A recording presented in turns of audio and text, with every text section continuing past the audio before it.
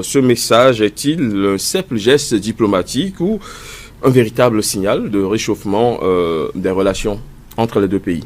Alors, dans le contexte des relations entre le Bénin et le Niger, avec les récents événements que nous avons connus et tout ce qui va avec, on ne peut pas dire qu'un tel message est une simple lettre de félicitations. Je crois qu'il faut saluer la grandeur d'esprit du président nigérien qui, malgré tout ça, a tenu à féliciter le président élu, de surcroît dauphin du président Patrice Talon avec qui, à un moment donné, il n'a pas toujours eu de très bonnes relations diplomatiques. Donc, il faut déjà saluer cette grandeur d'esprit, cette ouverture de vouloir que les relations diplomatiques se réchauffent entre les deux pays. Et c'est le lieu également de rappeler que c'est un message que doit prendre à sa juste valeur le président élu, le président Romuald Wardani, pour en même temps commencer par mettre tout en œuvre pour que ça aboutisse. Quand je dis ça aboutisse, c'est que tout ce que nous avons souhaité depuis plus de 3 ans pratiquement arrive à se concrétiser, que le corridor rouvre, que l'écosystème qui était alimenté par le transport entre ces deux pays reprenne vie, que toutes celles et tous ceux qui ont la possibilité de vivre grâce à ces échanges-là puissent retrouver une nouvelle vie. Donc, pour moi, ce n'est pas seulement une simple lettre de félicitations, c'est un appel au réchauffement des relations diplomatiques. Omar, est-ce que vous en faites la même lecture?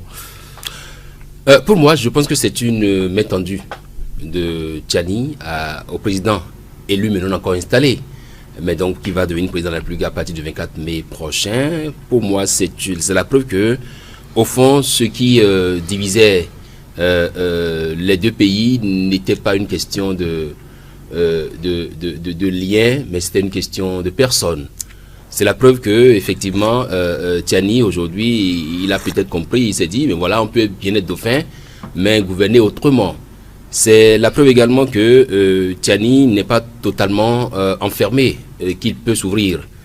Et donc, à l'endroit du président élu, Romuald Wardani, c'est de profiter de l'occasion pour réchauffer vraiment les liens, pour faire en sorte que l'ambassadeur du Bénin à Niamey puisse vraiment être déjà désigné s'il le faut, pour faire en sorte que les liens entre entre Niamey et Cotonou soient totalement réchauffés, parce que la preuve, nous avons des Nigériens qui sont au Bénin, qui ne sont pas inquiétés du tout. J'étais encore hier à Zongo, où j'étais dans la communauté des Nigériens là-bas, et donc quand vous causez avec eux, vous sentez que vous comprenez qu'au fond ils n'ont rien à foutre de ce qui se passe entre Tiani et puis Patrice Talon.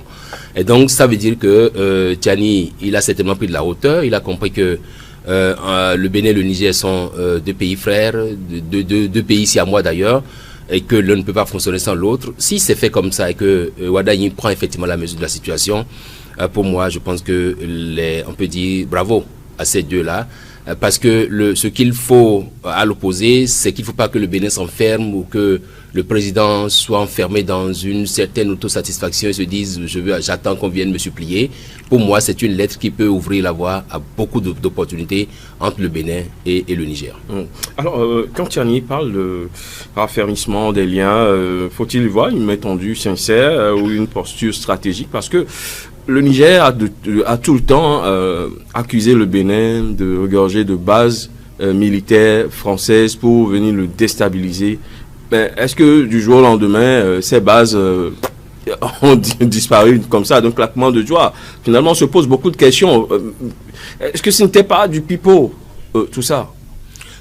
Je pense que oui, autant on peut dire que c'était du pipeau, on peut aussi dire que le Niger avait ses raisons.